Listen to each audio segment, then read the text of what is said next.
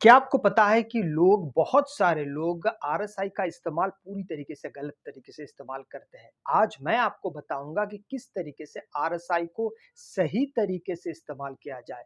इसके लिए सबसे पहले आपको ये जो टाइम फ्रेम है ना, इस टाइम फ्रेम का बहुत अच्छे से इस्तेमाल करना होता है।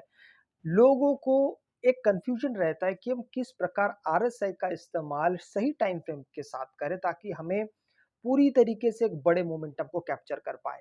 देखिए, उसके लिए ज़्यादातर लोग 5 मिनट पे आते हैं या 1 मिनट पे चले जाते हैं।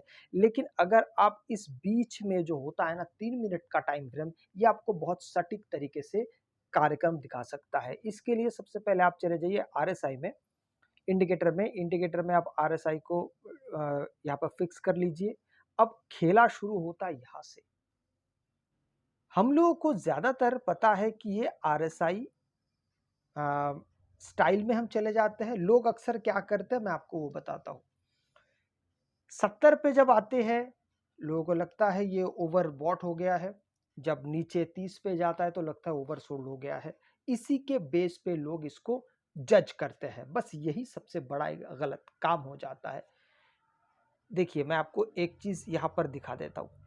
अब लोगों को किस तरीके से एक भ्रम होता है। आप किसी भी टाइम फ्रेम पे जाएँगे, देखिए यहाँ पे जैसे ही आया है ये ओवरबॉट पोजीशन पे, पर थोड़ी देर बाद देखिए मार्केट यहाँ से ऊपर चला गया है। कहने का मतलब है कि बस यही कहीं न कहीं एक गड़बड़ी है जिसको हमको बस इसी बिंदु को, इसी पॉइंट को हमें समझना पड़ेगा। इसके लिए आप आरएसआई के सबसे पहले आप सेटिंग में आपको जाना पड़ेगा और लोग सेटिंग में जाने के बाद कहाँ-कहाँ बदलाव करते हैं, लोग यहाँ पर बदलाव करते हैं, 50 में बदलाव करते हैं, 30 में बदलाव करते हैं। सच मानिए यहाँ पर बदलाव करना ही नहीं होता है, तो फिर बदलाव कहाँ पे करें? आइए मैं आपको एक-एक करके बताता हूँ। आप चले जाइए सबसे पहले आपको ये जो लेंथ है ना, इस लेंथ को सबसे पहले आपको ठीक करना होता है। 14 14 क्या है? ये 14 कैंडल्स को गिनने का एक तौर तरीका है। बस इसी को सबसे पहले आप कर दीजिएगा 25 करिए इसको और नीचे जो स्मूथिंग लेंथ है, इसको आप करेंगे 85 14 पे है, 85 पे आपको चले जाना है। ज़्यादातर लोग आप देखेंगे तो वो जो बीच का एक पीला कलर सा आप देखते होंगे ना ये में बस लोग उसको नज़रअंदाज करते हैं, वो बहुत काम की चीज़ है।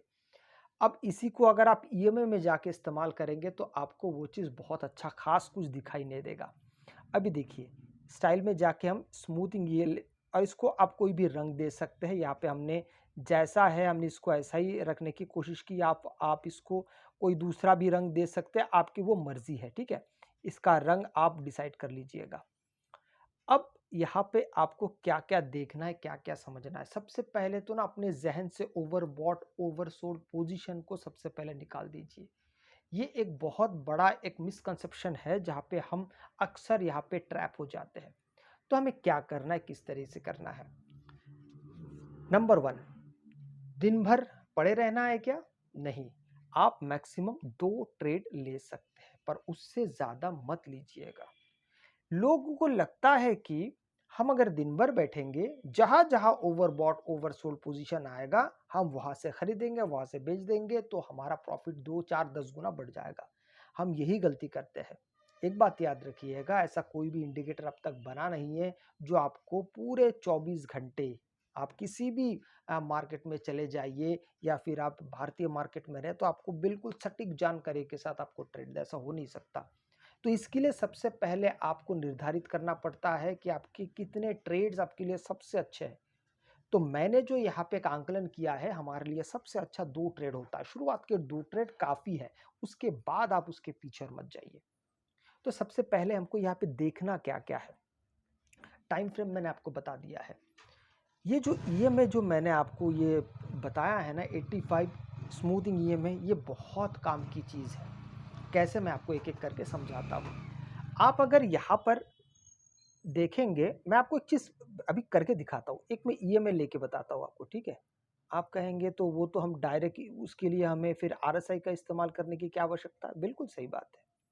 उसकी तो ज़रूरत ही नहीं है। अगर हमें सिर्फ़ ईएमआई का इस्तेमाल करना है, मान लीजिए मैं इसको 85 कर देता हूँ, ठीक है? इसको मैं 85 कर देता हूँ। अब इन दोनों में फ़र्क देखिए। अब आप यहाँ पे फ़र्क देखिए, ये सीधा कह रहा है कि भई आपको बस ऊपर बने रहना है, लेकिन इसके इसके बारे में आपका क्या कहना होगा कि मार्केट फर्स्ट 3 कैंडल्स तो मार्केट नीचे आ गया है। तो आप अगर पहली एंट्री अगर इसी पहले कैंडल से बनाते तो यहाँ पे आपका एक बड़ा नुकसान होने का चांसेस हो सकता था। इतना ही नहीं, आप अगर थोड़ा-सा पीछे भी चलेंगे तो इसी प्रकार से आपको बहुत जगह पे गलती नज़र आएगी। ज अगर आप सिर्फ़ एक सिंगल ईएमए का इस्तेमाल करने जाते हैं, वो भी बहुत बड़े नंबर के साथ, जैसे 85, 100, 200 हो गया। लेकिन यहीं पे अगर आप आरएसआई में आप देखते हैं स्मूथिंग, तो यहाँ पे हमें कुछ अलग चीज़ें नज़र आती हैं। चलिए मैं सबसे पहले इस ईएमए को हटा देता हूँ और यहाँ पर मैं बात करता हूँ कि आपको ईएमए किस तरीके से ईएमए का इस्तेमाल करना है। नंबर 1, जब मार्केट इस ईएमए को क्रॉस करेगा तब आप अपने नीचे की तरफ आप एंट्री बना सकते हैं। यह है पॉइंट नंबर 1। तो आप देखेंगे तो फर्स्ट कैंडल ने यहाँ पे नीचे की तरफ, सेकंड कैंडल ने नीचे की तरफ एंट्री दिया है। आप यहाँ से फिर मार्केट में एंट्री कर सकते हैं।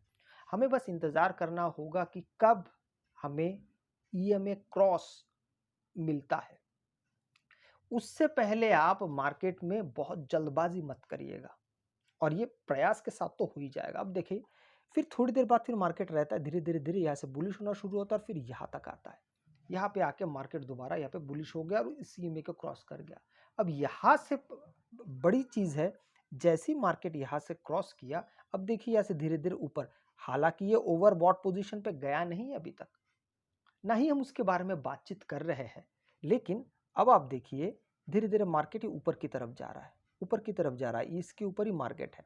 चलिए ये तो हो गया एक दिन में, इससे पहले भी दिन के लिए मैं आपको दिखा देता हूँ। अब देखिए, हमें क्या करना था, जब तक मार्केट आपके किसी भी कैंडल को इस ईएमए के ऊपर या नीचे ना ले जाए, तब तक आप यहाँ पे एंट्री मत करिए, ये हमारा कहना था आपसे। फर्स्ट कैंडल देखेंगे तो यहाँ पे कहीं पे भी आपका कैंडल या ईएमए को क्रॉस नहीं कर रहा है, स्मूथिंग ईएमए को।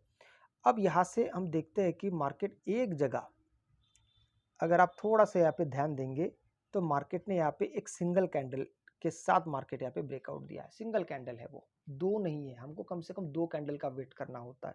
इस बात को आप ध्यान में रखिएगा, कम से कम 2 कैंडल चाहिए, ईएमए के ऊपर हो या ईएमए के नीचे। कई बार होगा, अब देखिए ना, यहाँ पे एक सिंगल कैंडल ऊपर गया तो ऊपर चला गया। यहाँ पे अगर आप देखते हैं तो यहाँ पे आपको 2 कैंडल नीचे नजर आ रहा है कि मार्केट ने यहाँ पे 2 कैंडल आया तभी यहाँ पे एंट्री बनेगा। तो जैसे हमने पुट साइड की तरफ देखते तो यहाँ पे 2 कैंडल है और यहाँ पे मार्केट में हमको एंट्री मिला है पुट साइड में। पर थोड़ी देर बाद हम क्या देखते हैं, यहाँ पे फिर मार्केट बुलिश हो गया। मतलब ये हुआ कि हमारा ये फर्स्ट ट्रेड और यहाँ पे हमारा सेकंड ट्रेड। बेशक फर्स्ट ट्रेड में यहाँ पे हमारा माइनस हो जाए क्योंकि हमारा एसएल हिट हो रहा है वहाँ पे। तो एसएल अगर हिट होता है तो वो तो देना पड़ेगा। लेकिन यहाँ से अब देखिए मार्केट ऊपर जाना शुरू हुआ।